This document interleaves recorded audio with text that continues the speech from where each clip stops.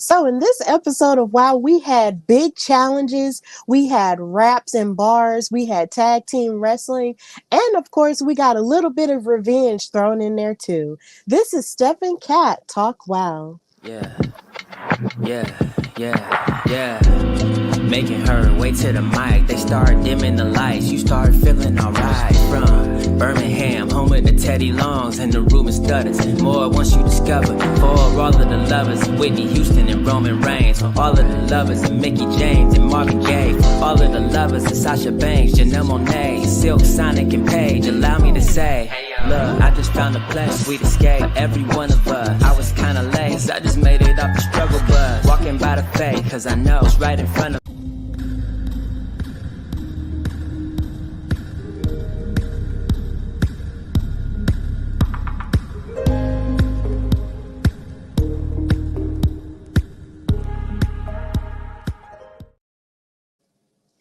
Hey y'all, welcome to a new episode of Steph and Kat Talk WoW, brought to you by the Hardy Wrestling Podcast and In Cat We Trust. Of course, I'm your girl Stephanie Hardy, host and creator of the Hardy Wrestling Podcast, color commentator featured on the Belladonna Division Battle Club Pro, Black Girl Magic 2022, and Spartan Wrestling, and contributing writer for Daily DDT. And of course, I am not alone. I am with my tag team partner, creator of In Cat We Trust, creator of the Women of Color in Wrestling panel, and just an amazing person and super mom, and also a writer for Daily DDT. She is Katrina Blake. How are you, Kat? I am well. It's been a very hectic day. And I apologize for us moving to Wednesday. Internet was doing some weird stuff, guys. And so my apologies. It was definitely on me. But I am happy to be here. Happy to talk some WoW. We got some great matches this past weekend. Yeah, we really did. We had a lot of great matches, lots of continuing storylines that kept going as well. So it was just a pretty, solid, really great episode of WoW. And of course, if you are watching us live on Twitter, on either one of our Twitters, on either one of our YouTubes and Facebooks, thank you guys so much for watching, and continue to like, share, and subscribe if you love WoW superheroes. And of course, if you loved any parts of the episode or any parts of WoW, please chime in the comments, and you will, or you might wind up on the screen depending on how the conversation goes. So yeah, this episode of WoW was pretty special. But before we get into the episode proper, we do have a little bit of WoW news to discuss. On this week, we had two of the WoW superheroes show up on KCAL News in Los Angeles to promote the live tapings that they're having next week at the Belasco Theater. And the superheroes came in the form of Genesis from Team Exile and Foxy Fierce with a new, beautiful, and fresh afro. Oh my God, when I saw this afro, it gave me everything that I needed. Last month, I actually celebrated an anniversary. I believe it's been 11 years since I went natural.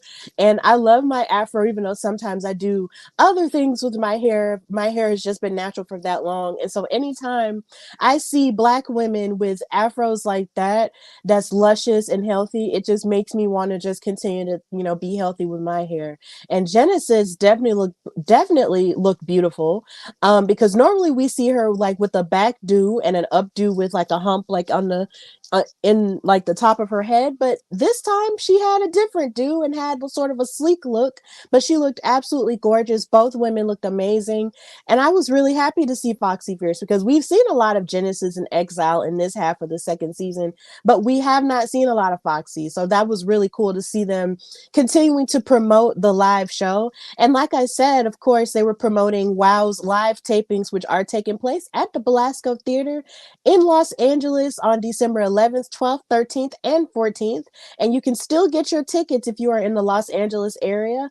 You can go on wowe.com and buy your tickets there and just go see a show, because of course the shows that they put on are absolutely amazing. And of course, they also love being interactive with the fans. So if you go to the show, it's more than likely you might wind up on screen or on an episode, and then we might point you out and see you. So definitely go see WoW now live. The shows are amazing, and I do love that Genesis and Foxy were there promoting it. I wish I could go, but distance and time and money and things. But it's just really great. So, Katrina, how do you feel about them going on the news to promote their shows? Because this isn't the first time they've done anything like this. This is probably about maybe the third or fourth time. I think it's cool. I one Foxy looked absolutely fantastic, absolutely fantastic. This is not to say that Genesis didn't, because she did, but like I'm like, yes, I love me some Foxy, and I've missed her, and so it was kind of good to see her stunningly promoting the fact that they will be doing live tapings. I do wish we was able to be there. One of the WoW superheroes apparently thought we lived in California. I had to say, no, we definitely do not live there. I live across the country, and so yeah, and so Candy, shout out to you. It was I guess she thought I'm like, oh no, we was visiting last year, and so she hopes Oh. for us to see them again live soon, and yes, fingers crossed we can make that happen.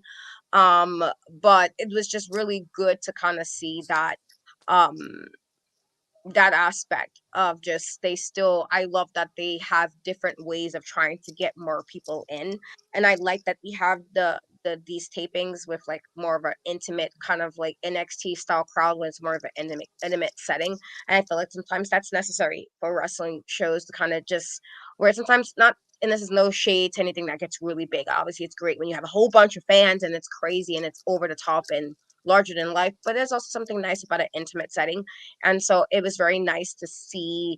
And I just hope, I can't wait to see what we get, TV wise from these tapings that's going to happen over next week. Yeah, I can't wait to see it TV wise either. I can't believe Candy thought we really did. Candy Crush, the gatekeeper of WoW, really thought we lived in California. Oh, that is just the sweetest thing ever. I wish we did, because if we did, we'd be closer to them. Oh my God. But yeah, we got to gather up our coins, because it's a cross country trip for the both of us. More so for Katrina than me, because, I live in Alabama. So it's cross country, but it's cross country differently for her. So, oh my God, like we do have to put our coins together and go to a WoW taping at some point. Like we've got to make it happen. It's been too long. I love my ladies so much. We got to go.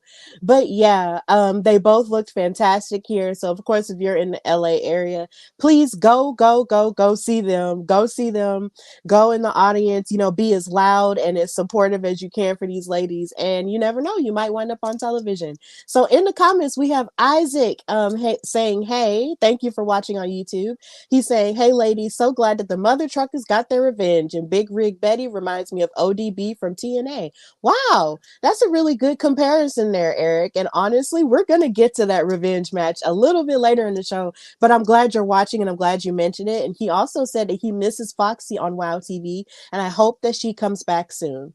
Well, it's definitely safe to assume that she will come back since she was, promoting it and everything. Of course, December is wrapping up pretty soon, which is scary to think about, because it just started. But Christmas is happening around the corner, and then you'll go into the new year, and then we'll have newer episodes. So I'm sure Foxy will be on there pretty soon. So we could have more of her black girl magic on there as well, and then we could get more of the toughness from Genesis, who we'll talk about later on as well. But then more in WoW news, something interesting happened in terms of stats being released. Now, a lot of places, a lot of wrestling places get their stats from WrestleNomics, and his name is Brandon Thurston. And we have to give a shout out to him because all of the numbers that he releases every other month or even every other week are usually spot on most of the time when it comes to the science and the numbers of wrestling and the ratings and the viewership of things and stuff like that. So he released like an entire, I guess you could say like a statistical review of all of the shows and all of their viewership, and also sort of the money, the median income that people make when that wrestling fans make that watch certain shows or whatnot. But something happened that really caught my attention and really caught my heart in a beautiful way. So, numbers wise, they had a pie graph of different cultures and different races of people who watch different wrestling shows. And as it turns out, the biggest amount of African Americans in the United States tune in to WoW Superheroes. That blew my mind. I could not believe it. When I saw like the pie graph, and it actually showed that the highest percentage of Black viewers that watch wrestling watch WoW Superheroes. And it made me kind of emotional just looking at it, because I was just like, oh my God, like I can't tell you how many times I've heard, from certain people, like, that a number of people either don't watch WoW or don't pay it any attention and stuff like that. But then to turn around and see the growth that WoW has had throughout this year, and then for them to turn out that your people turn out in droves to watch this syndicated wrestling show that's all women, like that blew my mind to bits, and I just could not believe it. And it made me really emotional because me and Katrina are two of the Black people who watch WoW every week. And even when we can't watch it on cable, we watch it, digitally. And of course, we bring this show to you every week as well. So it was really a blessing to see that not only Black fans are all over wrestling. Like, there isn't anything that we don't promote or don't love or don't appreciate and aren't passionate for in all of wrestling, period. But the idea that we're definitely showing up for this show just blessed my soul. So, Katrina, how did you feel about figuring out that, all of our people are watching this beautiful show? I thought it was really good to hear. We are two Black women who happen to watch WoW, and I feel like in general, there's always been the saying that things get moved when Black women do what they need to do. I feel like this is one of those situations that we do what we need to do. And if it means getting the ball rolling on having more people watch it, then that's what we're going to do. I feel like that's just another scenario of us usually being first in line of just doing new things, open like that, just those vibes. And so it was really nice to see that even generally, while just popping up more and more on these rankings, on these ratings, I feel like this is very different from like last year when we were seeing this stuff that it wasn't even really registering too much, and not for us because we watched it, but like for other people. And so it's really nice to see that we're seeing more and more people like, let's check this out. And I have definitely been told by people that they've watched uh started watching because of us. And so it's really nice to know that we have been trying to do our due diligence of making sure people kind of tune in, even if you have to do it later on Pluto, or if you have to do it on YouTube, just because I think it's so many like talented women on WoW and in the locker room. And, again, it's very different wrestling, but different wrestling's okay. And sometimes you don't need the exact same type of formula all the time for something to be successful and for it to work. And so I was very happy when you sent me that. I was like, oh, nice. This is great. So, kudos. And again, hoping going in, as I said, like a few weeks ago, that going into 2024, we'll see more and more WoW popping on more and more rankings and ratings, and more people will watch it by the end of 2024. Yeah, absolutely. Like, it definitely blessed me. And I know when I saw it, Keeks, shout out to her from All Elite Keeks, shared it on Twitter, and she was just like, and I was like, why does this make me emotional? And then she was just like, because you're a part of it. And I was just like, oh my God. Like, it was just really, sweet to see. And I really love it. And even in the moments where in certain comments, people were saying like, I don't know, where to find it. It feels nice, for us to sort of see, comments like that and just say, well, this is where you can watch it. And we have an after show where we talk about it, like we are sort of helping fill that gap in a way that, in a way that, maybe not a lot of people know that much about or would do. And I am just really, blessed to be a part of that number of people who are watching it. And then the report also said that 49% of the viewership is female, whereas 51% is male. So the gap is really being closed, and maybe by next year it'll definitely be like more even. And I am just really glad that us Black people really are showing up for this syndicated show. It's very wonderful that this all female, rostered show is getting these numbers and rising up to, not to compete with these other shows, but then to show that it deserves as much tension and as much love as the other shows do. So congratulations to WoW Superheroes for all of its success in numbers wise this year. And just congratulations to us, Katrina, for keeping it going. And for so many people, who have gotten into WoW because of our show, we thank you for your support, and we appreciate, the love that you guys show us and the love that you show the show, because we talk about the show. It's just amazing all around. So that was just a big blessing. So that's really it for WoW news. And hopefully that's something we can kind of keep going, as the weeks go by with WoW news before we get into the show itself. So now we get into the episode proper. The episode started with the WoW World Champion Princess Aussie coming out to talk more about this championship challenge match that her and David McLane are curating and stuff like that. And so before she starts addressing certain things, Miss Jessie Jones comes out there and interrupts her and says that she has nothing but respect for Princess Aussie and for how she, is putting the title on the line and being a fighting champion. But she mentioned that it doesn't matter who she fights, whether it's Penelope Pink or the Beast or Tormenta. Like, if she has to go through anybody to get that WoW World title, she is willing to do it. And she also mentioned how she has a better, singles record than a lot of the women who are even in the match, and even a better one than Princess Aussie herself.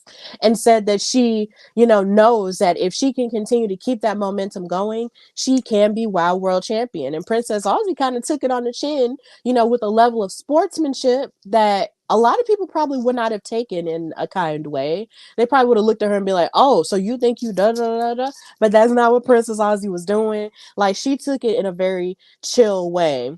And yeah, like Jessie Jones was just like, I don't have to lowball my way to get into a match. I don't need a manager. I don't need a lawyer. I just need me. And that was just really cool. So David McLane was like, we've already got a match set up for next week, and I can't just make the switch like that.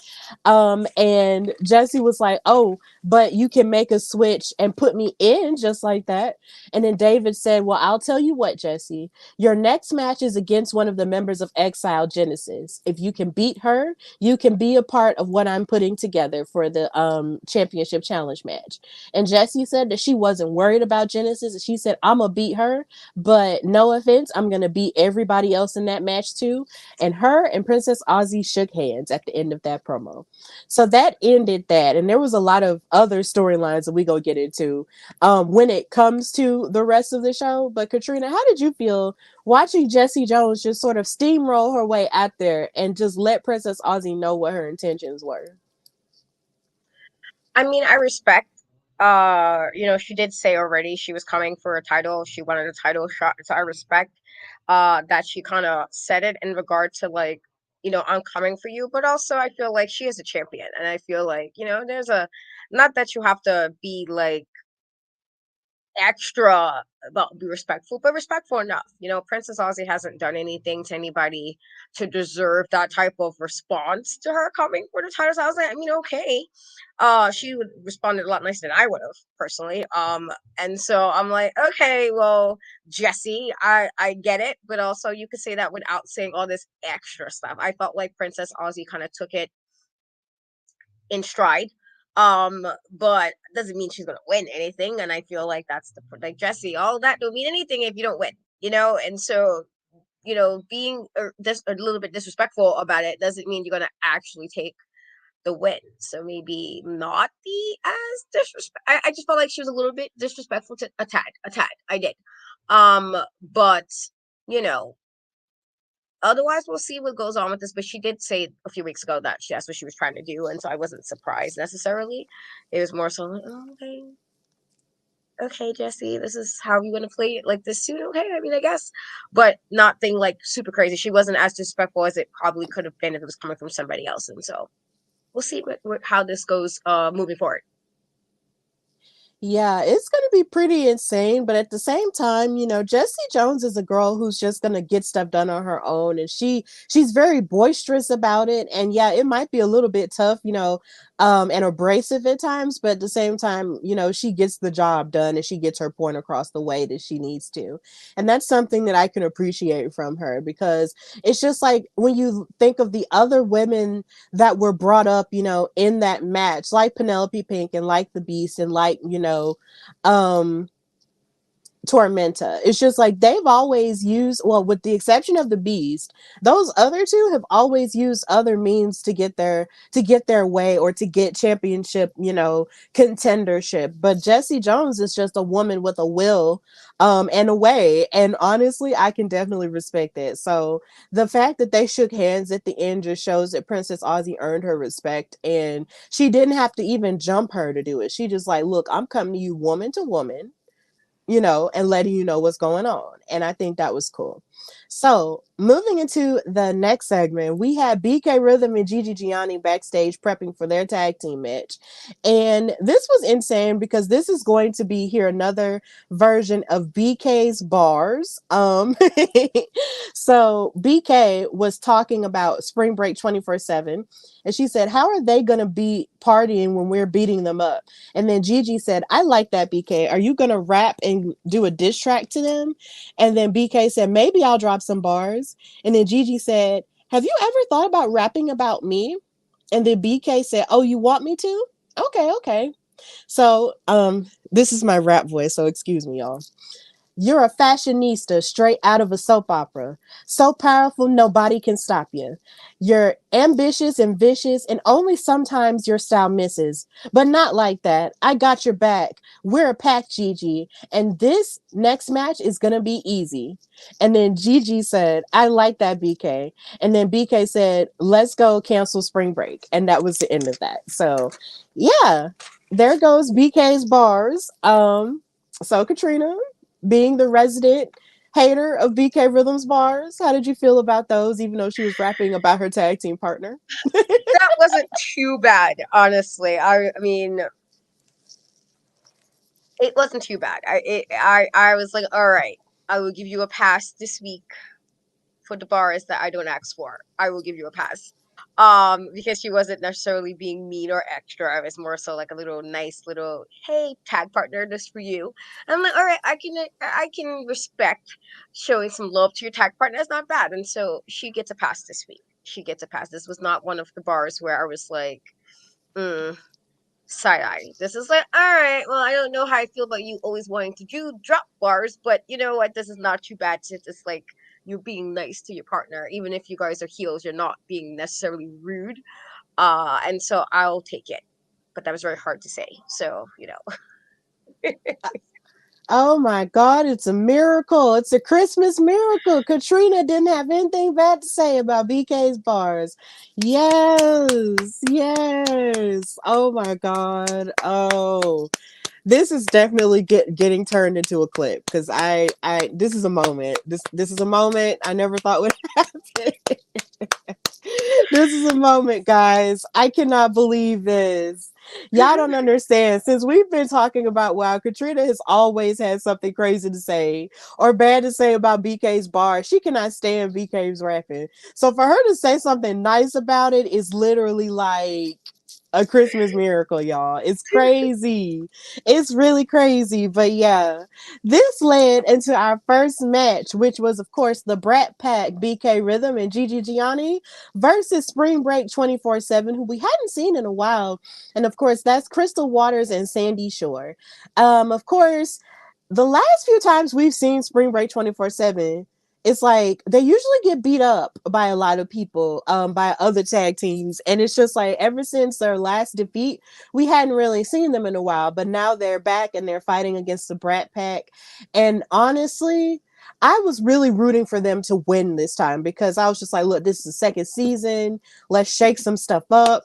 let's not lose this time. Let's go. And to give them credit where credit is due, athletically, these women were definitely doing a whole lot better rhythm wise with their tag team chemistry and their acrobatics. I was just like, look, y'all can really pull out this upset if y'all win. Like, I was so here for it. It was crazy. Like, of course, there were all the other moments where BK was playing dirty, and Gigi was playing dirty as well by pulling on the hair, stomping on Crystal Waters and Sandy Shores' neck in the corner of the ring and stuff. But literally, like, Crystal Waters and Sandy Shore were doing all kinds of backflips and actually utilizing each other's bodies for different moves, like in that picture right there. Like, I was really here for Spring Break 24/7 getting the victory. Like, I was hoping in my soul of souls that they could win the dang thing. But they didn't, and I was so upset. So Crystal Waters clotheslined Gigi and BK and then hit a DDT onto BK and then tag in Sandy. But then Sandy got thrown out, and then BK and Gigi hit it looked like sort of like a double face crusher / DDT type of thing, and they wound up getting the victory. And I was so devastated. I was just like, oh my God, Spring Break 24/7 almost had it, but BK and Gigi came out with the win. So you just can't help but feel sorry for Spring Break 24/7 here, because they really did try, and they really look like they have been, at the drawing board and getting better, but they just didn't win here. So Katrina, how did you feel about this match, and how did you feel about the performance of Crystal and Sandy? He tried. I kind of with you that I hoped that they were going to win as well, just because they have been on a bit of a losing streak. With that being said, though, I wasn't necessarily surprised that BK and Gigi won, just because I felt like they've really been in a groove with each other, and I feel like that's what's kind of helped propelling them to win. And I hope it turns around for Spring Break 21st. I really do hope it turns around for them, because they really have been losing a lot more than they should have been. But I wasn't necessarily surprised that they won. But I thought this was a good match, and I thought maybe hopefully going forward more with Spring Break, that they can keep being more in tune with each other, that hopefully will lead them to having a win and not losing again. Yeah, it was just, oh my God, it was just really crazy. I was really rooting for them so hard. I was just like, come on, ladies, pull out the win, pull it out, pull it out, pull it out. But they just did it. And I was just like, yeah. But hopefully we will see more of them, into, the second half of the season. And it's just like, I just want them to rise above and claw their way up to the tag team, on top of the tag team division, even if that means one day that they challenge the Tonga twins. But, the Brat Pack, they have been a bit on a winning streak here lately, even though they had been challenging and beating up on Coach Campanelli and Ariel Sky. They've sort of taken a break from that because, of course, Team Spirit is going into their tryouts, which we will talk a little bit about in a few minutes. But yeah, it was just an astounding tag team match. It was a good way to start the in action part of the show. But yeah, the Brat Pack have won, and I kind of see them challenging the Tonga Twins next, considering the Tonga Twins did just decisively beat the last call. I would definitely put the Brat Pack next in line to challenge the Tonga Twins for the Wild Tag Team titles. So yeah, big ups to them for that. So like I mentioned earlier, Coach Campanelli and Ariel Sky are still doing their tryouts for Team Spirit to find their next new member. And Coach Campanelli was just giving a speech and talking about, what it means to be a part of Team Spirit and what never giving up means, and how she sort of felt that a lot of the women who were standing there didn't necessarily outright fully impress her, which I thought was kind of unkind to say, but, just go off, Queen. But she was just telling them, never to give up, and just the type of characteristics she's looking for in the new team. And so once she blew her whistle and said, and what are we here for? And then they were like, Team Spirit. And then one of the girls tried to hit a split, but then failed. at it, and the other girls were just kind of like tripping up on themselves and stuff, and they were just looking like, oh my god, what are we gonna do? And yeah, it's just a lot of whipping into shape that Coach and Ariel are gonna have to do. So we're still on the lookout for that new member of Team Spirit. So Katrina, how did you feel about that segment and happiness of it all? And how do you feel? What do you think Coach Campanelli is looking for in terms of a new member of Team Spirit? I think coaches just want somebody that's going to help them win. I think that was always her biggest thing. Even when Franny was there, even when Ariel first joined, it was always about what can we do? What advice can I give you? What set goals do I give to make sure we win? And I feel like that's what she's looking for. I did like that it was a more of a fun segment because sometimes it feels like coach is always trying to keep it so business, business, business. And so it was nice to see. Personally, I would have probably failed trying to do a split as well because I can't. I'm not that flexible. Well, not in that way, at least. And so this is not my vibes. And so I probably would have failed completely as well. And so I did laugh because I'm like, oh, that would be me, like trying to split and being mad, just looking real bad. So looking real rough for me if I was trying to split. And so the fact that they had that, it kind of shows a different side, not too serious of her, but also I can get that she clearly wants somebody that's going to make it where they can get back to wherever she's trying to get back to, whether that's a tag champion again, if that's the best faction, and wow, if that's even her making it to a title run with her girls in the back. I think that's what her ultimate goal is, and so I think that's what she's looking for. Yeah, definitely. She's looking for somebody who has that winning attitude. And of course, you can't fight against that. But of course, the other women are just, they're just trying their best to prove themselves, as you do when you're in an audition process or you're going out for anything like a job or whatever. You're just trying to do your very best to just express that you are the one that she's looking for. So of course, in the coming weeks, we will see more of what's going to happen with them and that. So it's just really a really funny part of the show. And I just can't wait to see how it grows and who they eventually pick. Like, it's going to be funny. So match number 2 was Gloria Glitter versus Chantilly Chella. And this match was probably one of my favorites of the night. Like, this was fantastic. Like, these women gave each other everything because of course Gloria Glitter is new to WoW and Chantilly Chella is a pillar of WoW at this point that we're sort of used to seeing fight against the best of the best, with her peppy attitude and her amazing jacket.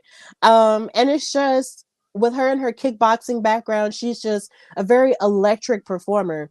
But the thing about Gloria Glitter is she's really electric as well in the idea that she likes to hit you hard, but then her athleticism is pretty on par with someone like a Chantilly Chella as well. And when you combine those two things together, baby, you get a match. Okay? This match was fan freaking tastic. Like, they locked up and then Gloria, tripped up Chantilly Chella, with a toe hold, and then Chella kipped up while breaking Gloria's wrist lock, and then they had a headlock to Gloria, and then Chantilly leaped over Gloria and then hit an arm drag and then tried for another arm drag. But Gloria blocked her and then reversed it. And then they gave a series of pins and a series of blows and a whole lot of flexibility in one spot. And there was just so much speed between the both of them that it was just hard for me to even keep up. Like, in my notes, I just had to write speed.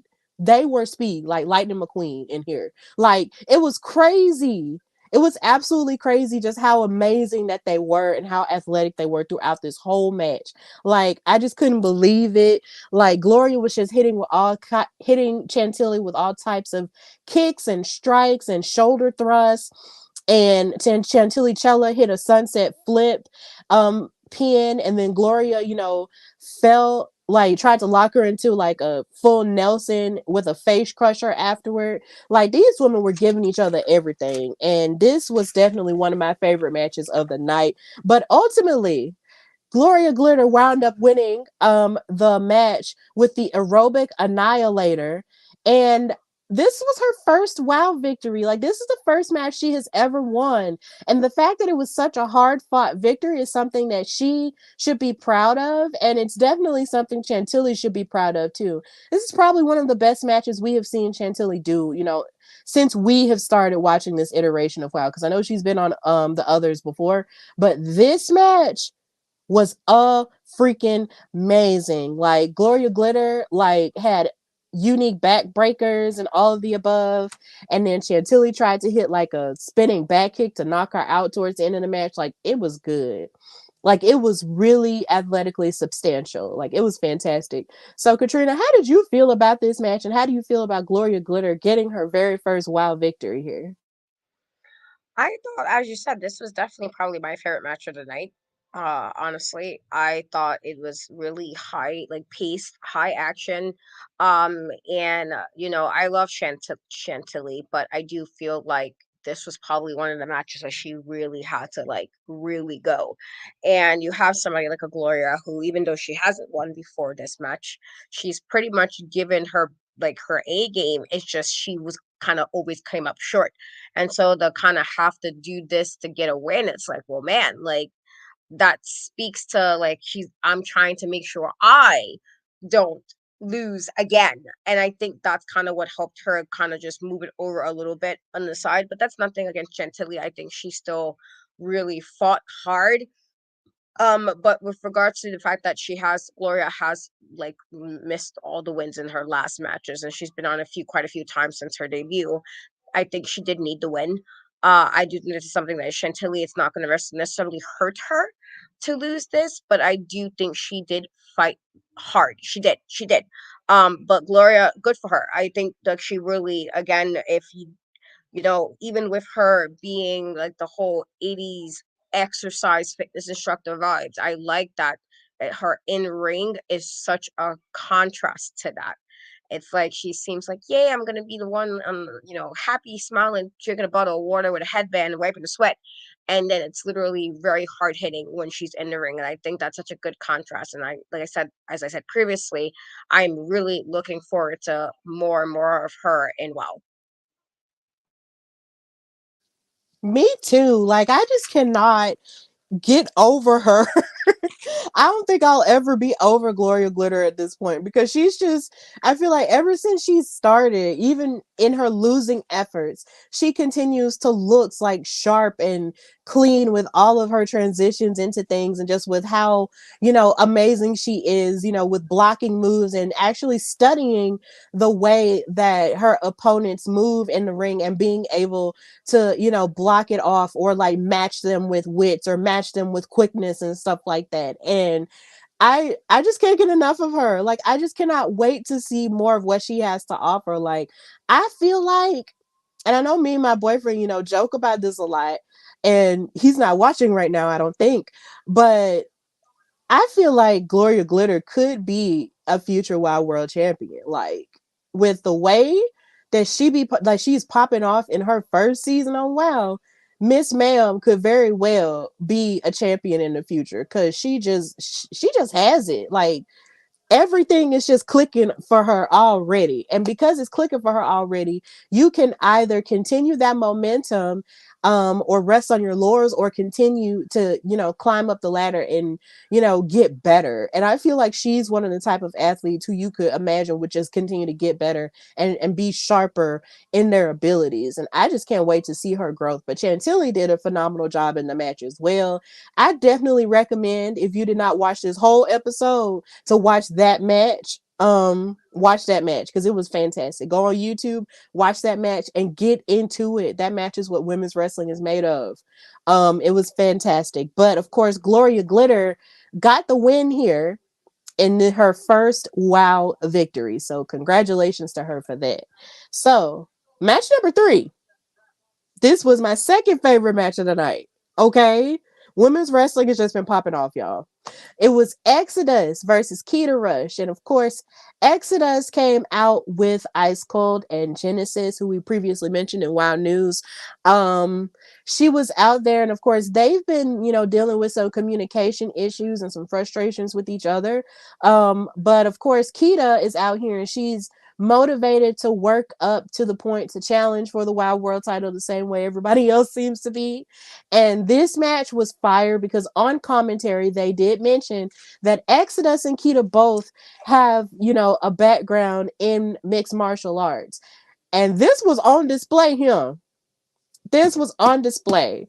And I absolutely loved it. Like in this match, they had respect for each other, but they tore the house down. Hey Roderick, thank you for watching on YouTube. But yeah, like this match was freaking fire. Like Keta went in for a waist lock. Like Exodus broke it by twisting on her wrist, but then Keta bumped Exodus, and then snap married her for it, and then she hit a crucifix pin attempt.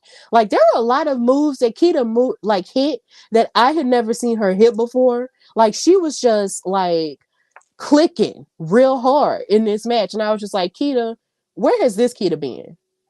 Where has this Keta been? Like, I need this Keta all the time, every day.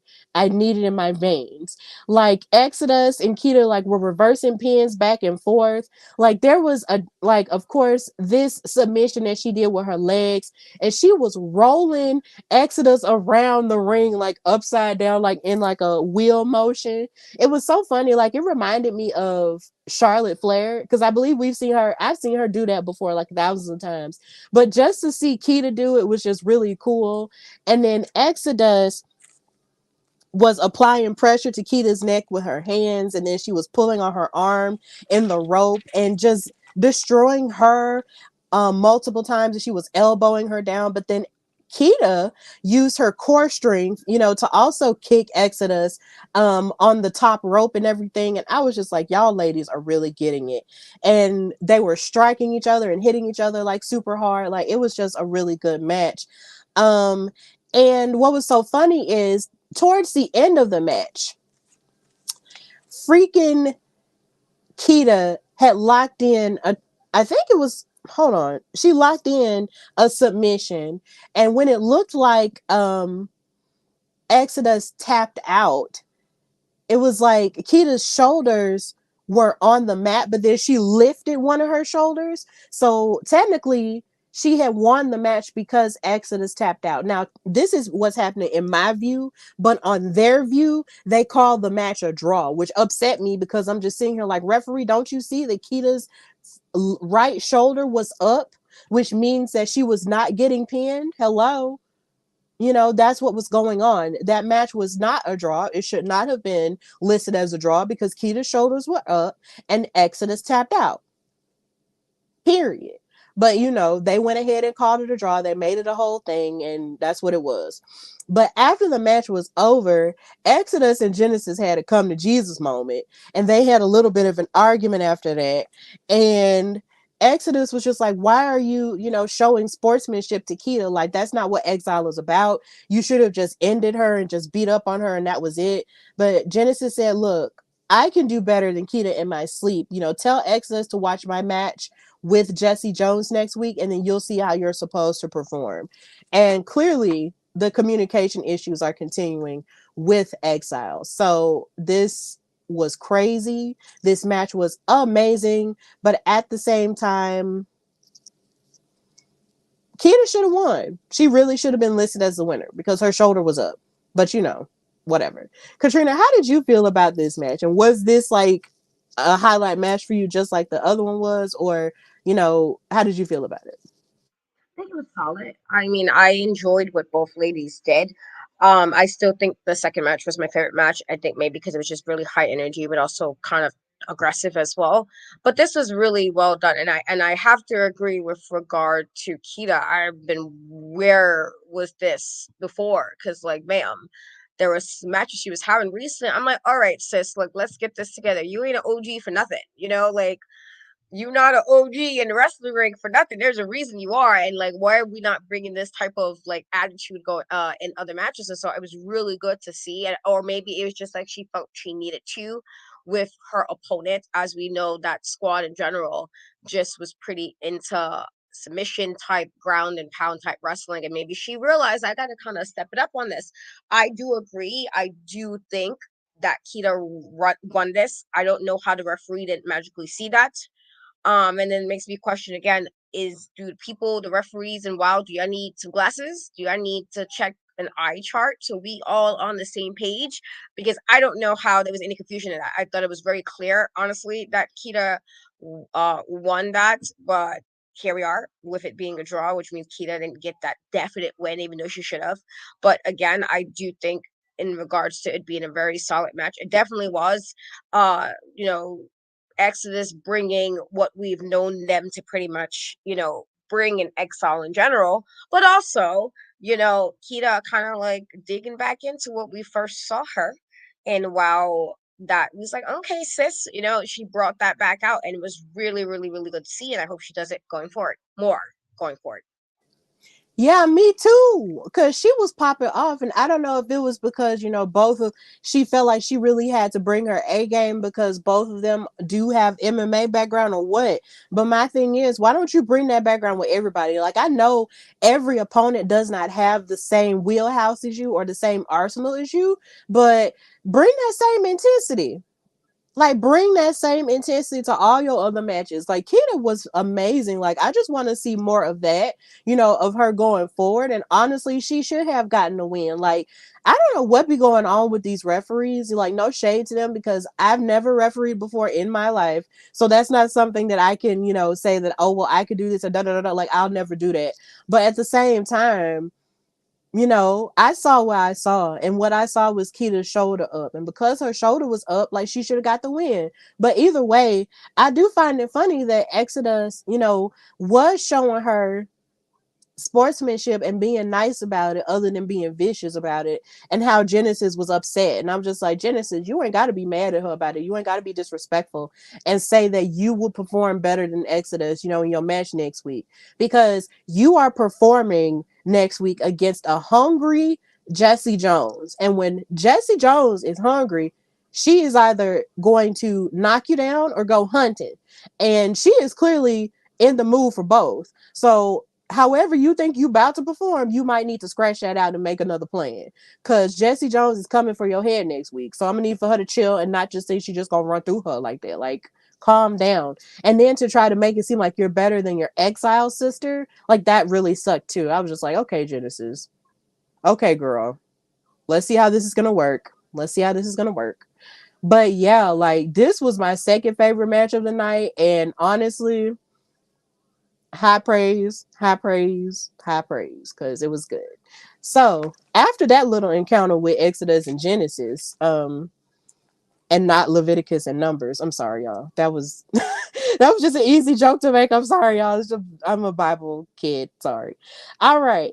Lana Starr cut a promo talking about how she was looking down on Jessie Jones, and she called Princess Aussie crazy for her championship challenge idea. And she basically said that Penelope Pink will beat everyone and bring glory back to the Fab Four and everything else like that. So that was pretty much it for that. And then of course, they made the official announcement that the Championship Challenge match will be taking place next weekend, and it will be Princess Aussie versus the Beast versus Penelope Pink and versus blank at this point. Well, no, versus Tormenta versus blank at this point, because of course, if Jessie Jones beats Genesis, she will get put in the match. So that's what we have for a championship challenge match.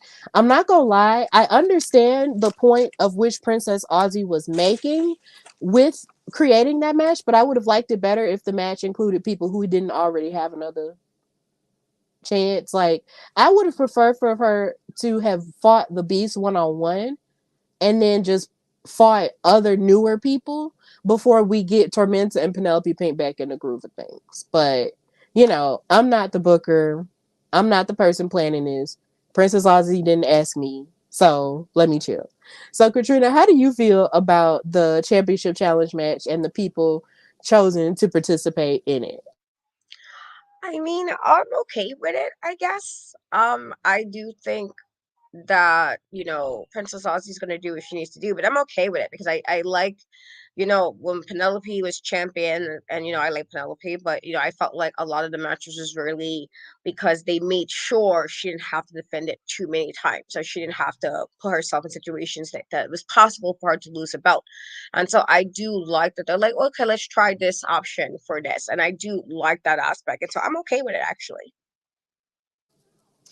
Okay. Well, I guess maybe it's just because I'm just really picky like that. Like, I hope that Princess Aussie, does come out with the win so she can keep, challenging people who haven't, had an opportunity at the title, because by all means, Adriana Gambino could have a chance. Like, Gigi Gianni could very well have a chance. Like, there are a lot of people who deserve an opportunity, like Keta Rush and so many other people who could have an opportunity at the Wild World title outside of the regular people that we see always in contention for it. But they do have Jessie Jones as a possible. So I do look forward to seeing how she performs in the match. But I hope Princess Aussie does retain, even though you have the Beast in there and then everybody else in there. Like, that's crazy.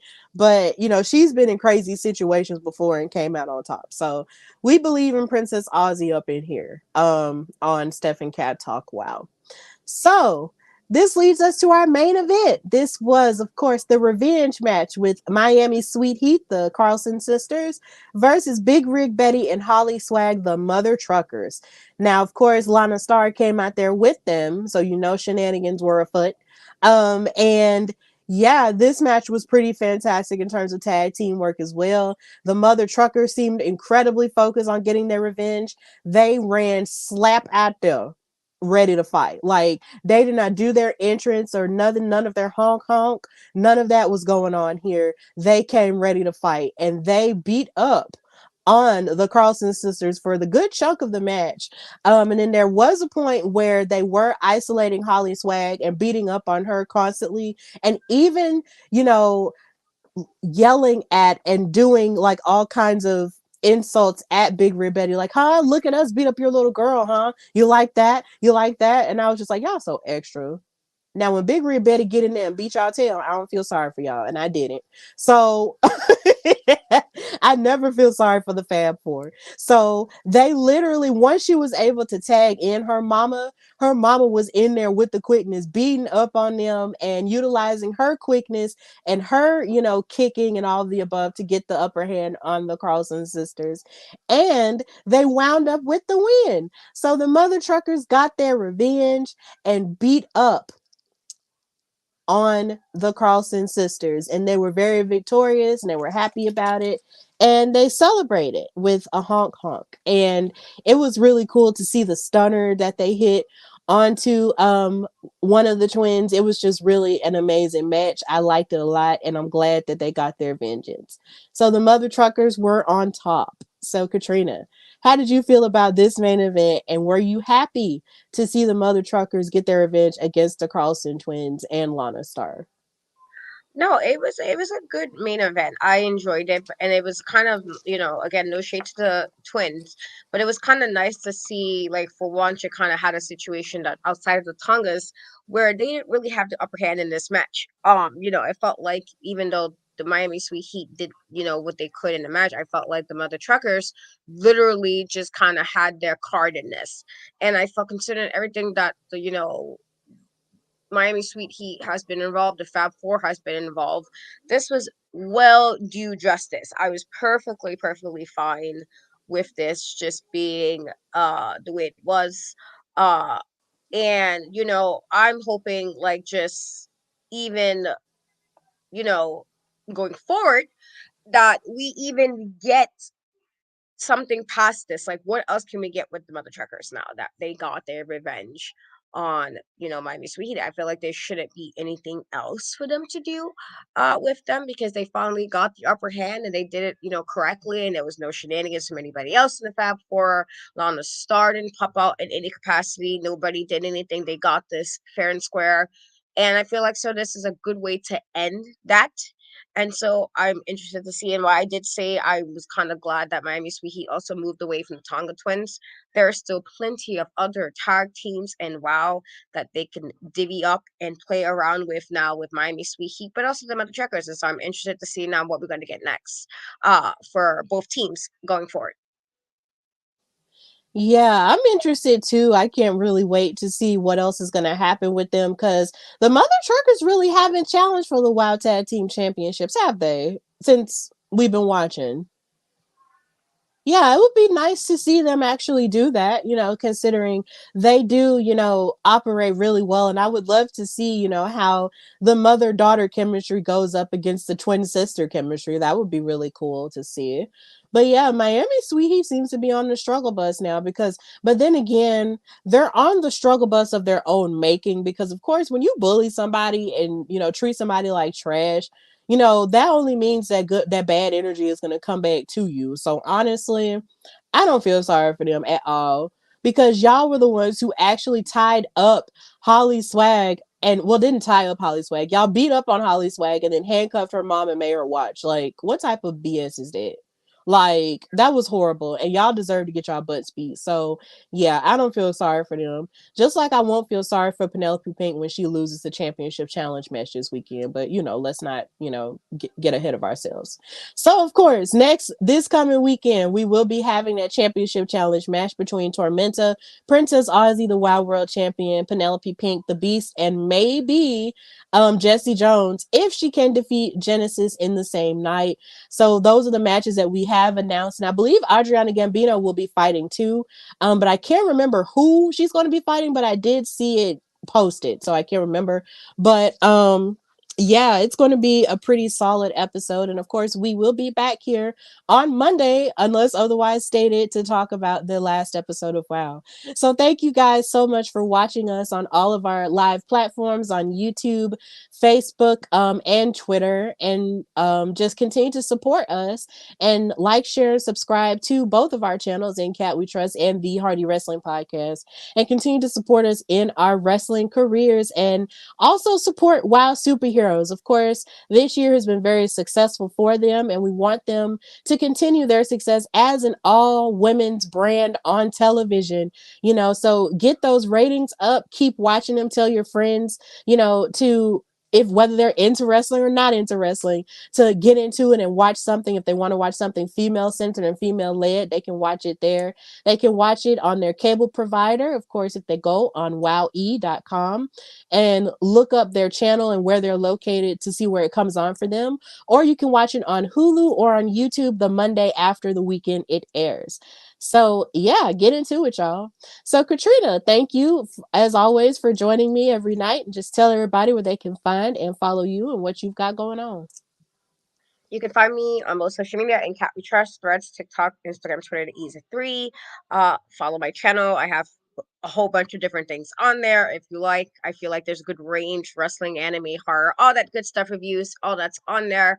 I did just do two NXT deadline prediction shows, literally two. And so definitely go check out homie Steve's SCW wrestling channel on YouTube, as well as True Heel Heat's podcast. I've gave some similar but slightly different because the time passed and I changed my mind a little bit. And so definitely go check that out. And Tuesdays, catch me and Shay over on Body Slam to talk the Meta 2 after show NXT show. And as always, on Mondays, catch me and Steph, normally talking WoW. Absolutely. Katrina is everywhere, y'all. She works really hard, guys. It's really great. And also check out her articles on Daily DDT because she's a phenomenal writer. So please check out her work there as well. And of course, you can follow me, your girl Stephanie Hardy, on Instagram, Twitter/X, and Threads at Queen Steph Hardy. You can also follow the Hardy Wrestling Podcast on Instagram at Hardy Wrestling Podcast and on Twitter at Hardy Wrestle Pod, and subscribe to the network at the Hardy Wrestling Podcast. Subscribe on YouTube. I'm looking to get my subscribers up, for the year. It's really really great. We've made lots of good strides, and we're also making strides in, trying for things that we haven't really tried before. But I'm really happy about it, and I'm really excited about, what could happen or what it even means to just be able to try. So I love that, and take that, take advice from that if you will, glean from it what you will, but yeah, you have to try for things, or else you just won't know what is possible. So just try for those, and also read my articles on Daily DDT. Read my new one on Seth Rollins and why I feel CM Punk could take away the World Heavyweight Championship from him, as well as my other work on Daily DDT as well. And check out my new Hardy Wrestling Podcast episode, Hometown Glory, where I talk about everything I enjoyed in wrestling last week and my Survivor Series experience. And also check out my special episode on the return of CM Punk, and just continue to support the brand and support me in my wrestling journey as well. And just continue to support this show because we are making strides. And of course, this has been Steph and Cat Talk Wow on the Hardy Wrestling Podcast and In Cat We Trust. And until next time, have a good Wow Wednesday. Bye.